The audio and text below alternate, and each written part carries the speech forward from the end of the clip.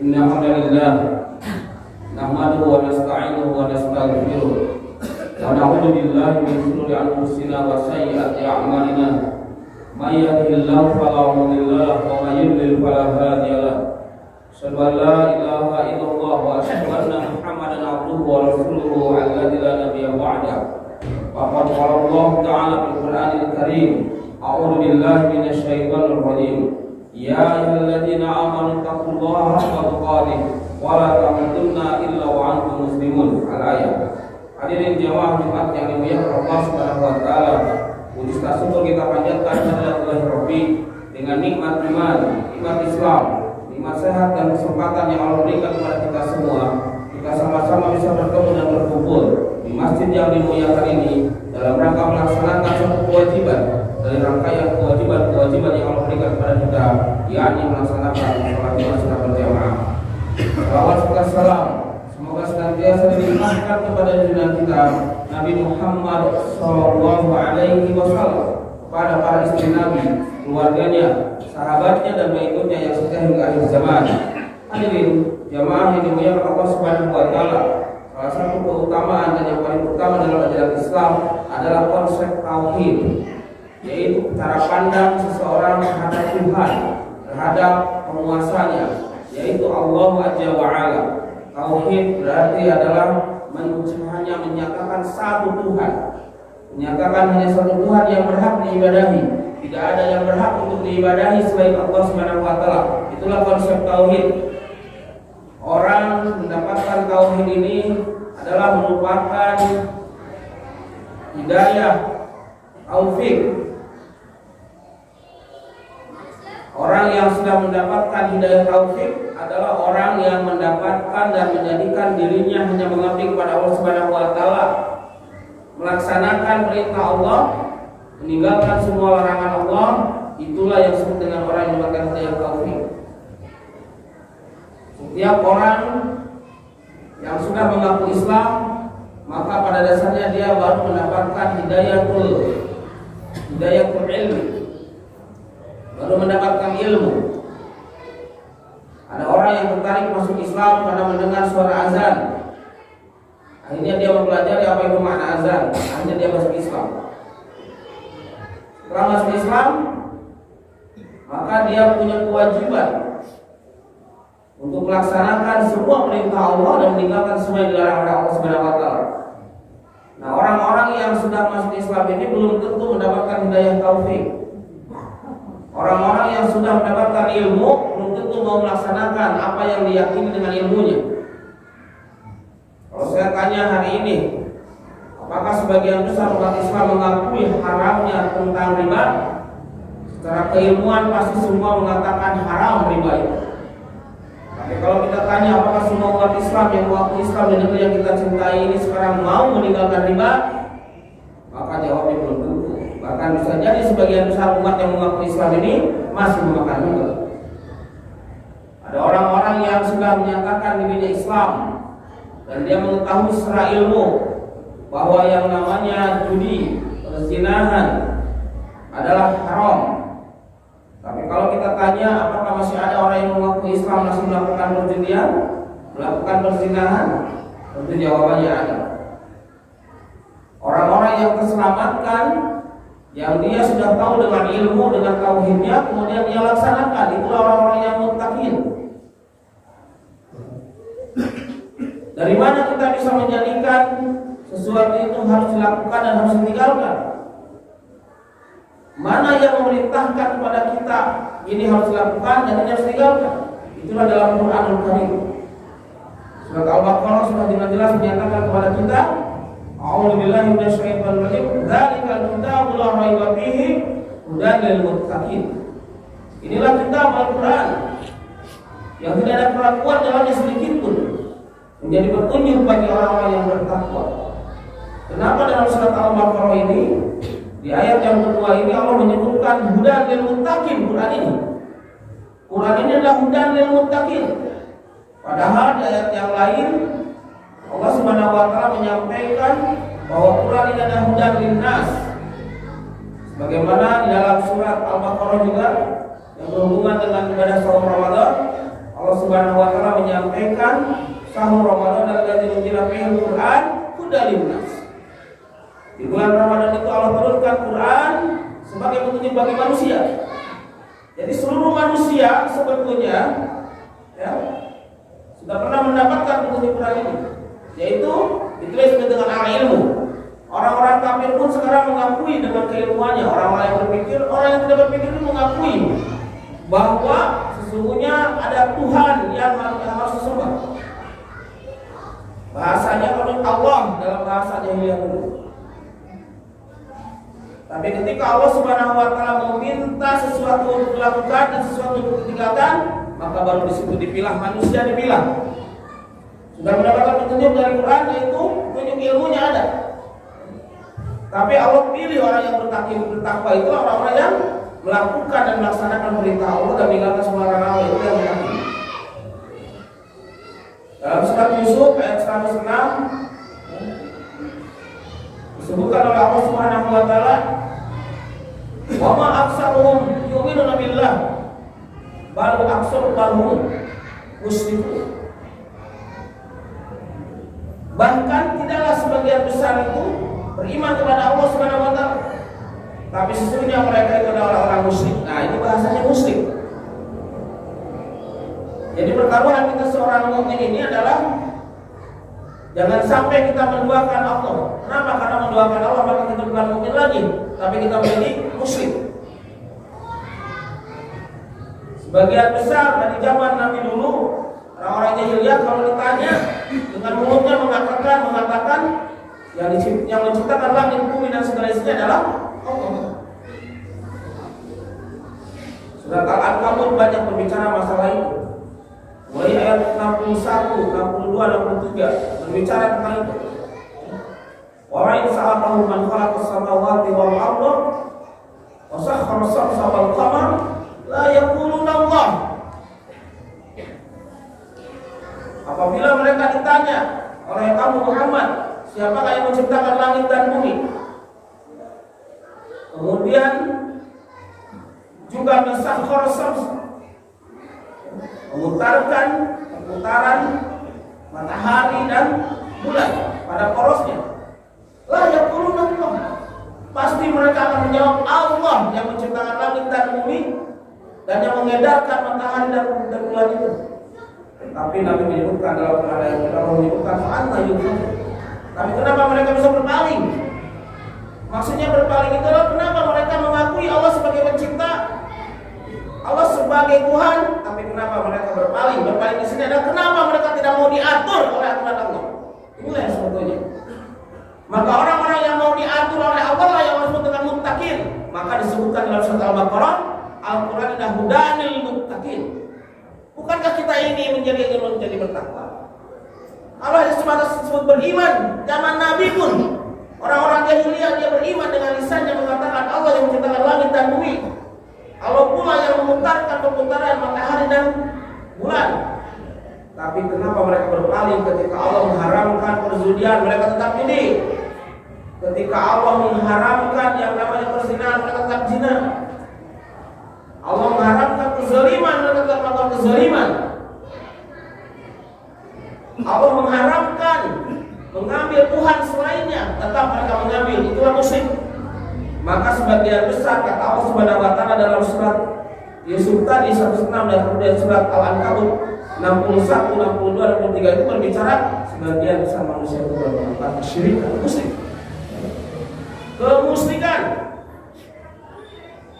Jadi orang itu sudah beriman, tapi dia menduakan Allah, itulah musyrik. Seperti kejadian kemarin di Semeru itu, yang bikin sesajen itu, kalau ternyata diketemukan yang bikin sesajen itu orang Islam, maka dia musyrik namanya. Kalau yang bikin sesajen itu orang Hindu, nggak ada masalah, itu emang kafir. Karena Quran itu menyebutkan kafir ada dua kategori. Yang pertama disebut kafir kitabi. Siapa kafir kitabi itu? Dialah Yahudi dan Nasrani. Maksudnya Allah telah berikan kitab kepada mereka. Kepada kaum Yahudi Allah berikan kitab, kepada kaum Nasrani Allah berikan kitab. Sebagaimana kita kepada kaum muslim seperti diberikan kitab Allah. Tapi kaum Yahudi dan kaum Nasrani ini membangkang. Dia tidak taat kepada kitabnya. Maka jadilah dia kafir. Yang disebut dengan kafir kitab.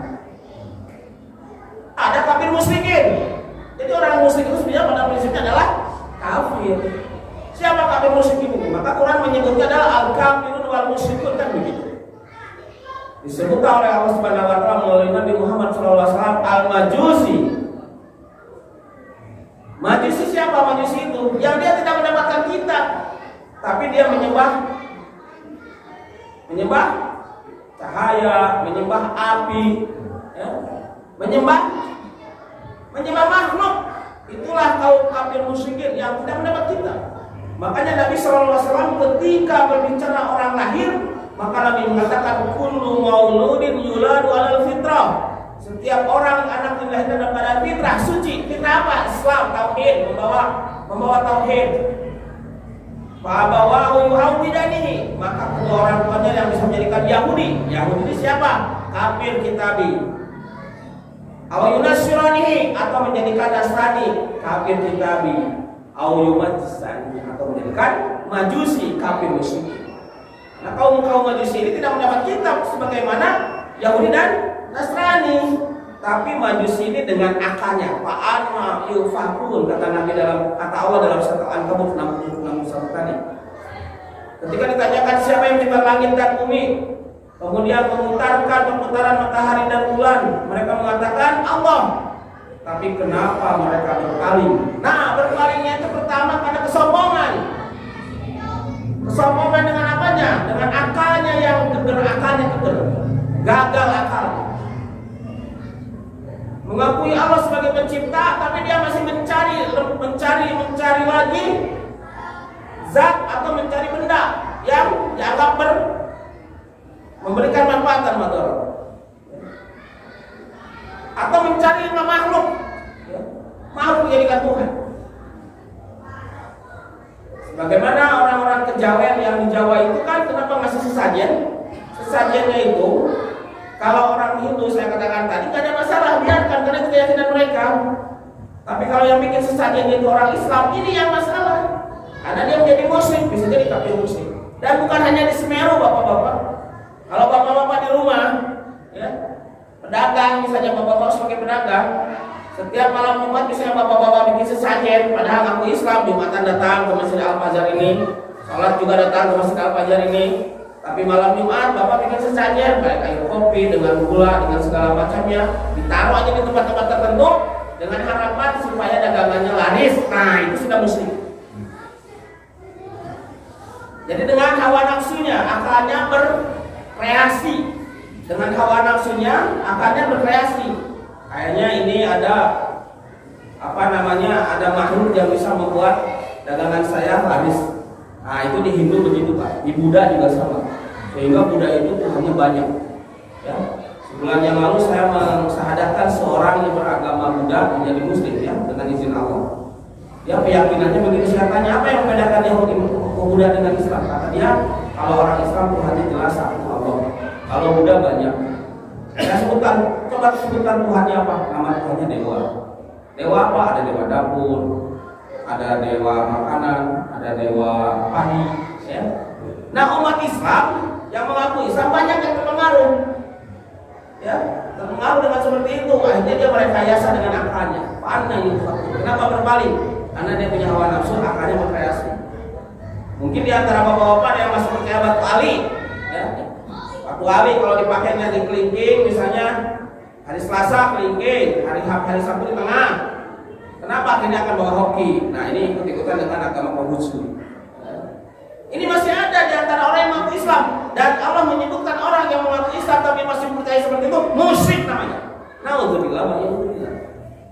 Ini musyrik. Seperti sederhana tapi masih banyak di antara kaum muslimin yang melakukan ini. Kalau bapak-bapak menemukan saudara kita begitu, dakwahi dengan baik-baik.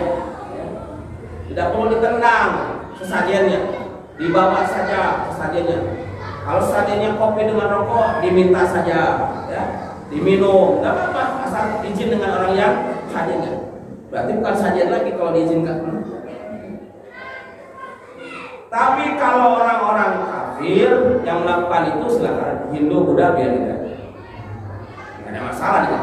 Nah ini musyrik yang pertama karena hawa nafsu, karena akalnya hanya berkreasi. Yang kedua, ya, orang mengakui Allah menciptakan langit dan bumi, Allah yang memutarkan matahari dan bulan. Nah dalam ayat 161-nya surat Al-Allah itu 61-nya itu berbicara tentang, dikatakan kepada mereka, orang yang sa'atahu man khalaqas samawati wal arda, kemudian wahya bihil arda min ba'di mautiha. Ketika tanyakan kepada mereka siapa yang menciptakan langit dan bumi dan menghidupkan bumi, ya, memunirkan bumi ini setelah kematiannya, maksudnya mensuburkan sehingga bumi ini subur bisa dijadikan dimanfaatkan oleh kita, oleh manusia, dan kita juga berpijak dulu hidup di sini, ya. La yaquluna Allah, mereka akan menjawab Allah. Dan bumi ini hamparan tempat kita beraktivitas. Dan mereka semua meyakini bahwa yang menciptakan bumi yang hamparan ini Allah, tempat kita beraktivitas ini. Maka Allah katakan kepada Muhammad, qul alhamdulillah, sebutkan Muhammad, katakan kepada mereka alhamdulillah, maha suci, kemudian segala puji bagi Allah Subhanahu wa taala. Tapi di ujung ayatnya Allah sebutkan balaksanuhumul laya gitu. Itu ayat ujungnya begitu. Tapi sebagian mereka sebetulnya sebagian besar tidak beriman. Sebagian besar mereka tidak memakai akal. Tadi saya katakan akalnya gagal, tidak beriman. Siapa ini mereka yang begitu itu? Sudah tahu yang memberikan nikmat itu begitu besarnya adalah Allah. Bahkan memberikan kehidupan dan kematian itu adalah Allah. Mereka yakin tahu. Bisa mengucapkan Allahu Akbar, bisa mengucapkan Sami Allahu liman hamidah. Tapi ketika berbicara bikin aturan, bikin hukum, nah, mulai nggak mau mengambil hukum jadi apa yang Allah tetapkan dalam Quran dan hadis.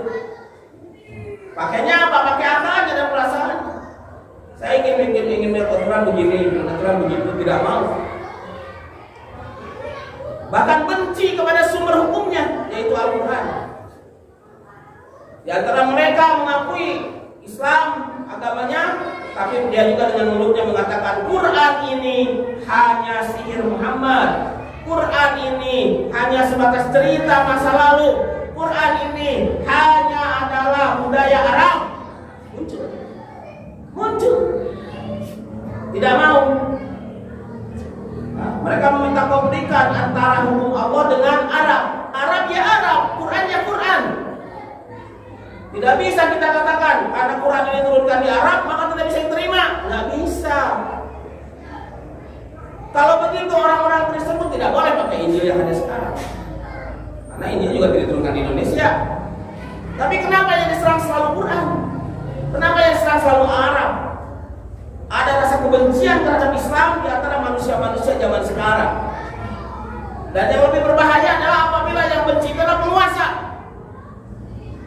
Sebagaimana kemusyrikan dilakukan oleh rakyat itu berlaku hanya untuk rakyatnya saja. Tapi kalau kemusyrikan, kemungkaran dilakukan oleh penguasa, maka penguasa itu bisa memaksa rakyat untuk musyrik. Kalau bapak menjadi rakyat, bapak musyrik, ya kali bapak bisa mengajak musyrik keluarga saja. Anak bapak, istri bapak dimasuk musyrik. Kalau tidak mau, bapak tidak bisa memberikan hukum. Tapi kalau penguasanya musyrik, ya penguasanya musyrik, rakyatnya dipaksa musyrik. Kalau tidak mau ikut musyrik, dipenjarakan. Nah makanya dalam Quran disebutkan kepada kita, jangan engkau membiarkan kemusyrikan, kezaliman itu berlaku dimanapun. Di keluarga kita jangan melakukan kezaliman kita, jangan melakukan kemusyrikan. Bimbing anak-anak kita, istri-istri kita ke jalan tauhid. Kalau bapak jadi RT, bimbing masyarakat RT bapak, jangan melakukan kemungkaran, tinggalkan kemaksiatan. Jangan melakukan kesyirikan, hanya taat kepada Allah Subhanahu wa taala. Kalau jadi lurah, jadi camat, jadi anggota DPRD, jadi apapun, jadi penguasa apapun, bimbing siapapun yang kita pimpin ini menjadi orang-orang yang bertauhid, hanya bertauhid kepada Allah saja. Hari ini pasal 5 bulit hari ini. Orang-orang Islam itu dipaksa hari ini untuk melakukan kesyirikan. Orang-orang Islam itu dipaksa untuk tidak melakukan ketaatan kepada Allah Subhanahu wa taala. Oleh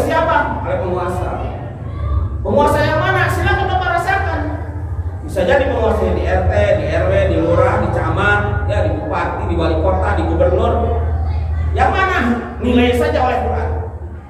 Nah, bagaimana sikap kita? Sikap kita adalah bersabar. Bersabar dalam apa? Bersabar dalam ketaatan. Walaupun dipaksa melakukan kemungkaran, walaupun dipaksa melakukan kesyirikan oleh siapapun, tolak. Lawan dengan cara yang benar. Jangan ikuti keinginan siapapun yang melanggar aturan Allah dan Rasulnya. Barakallahu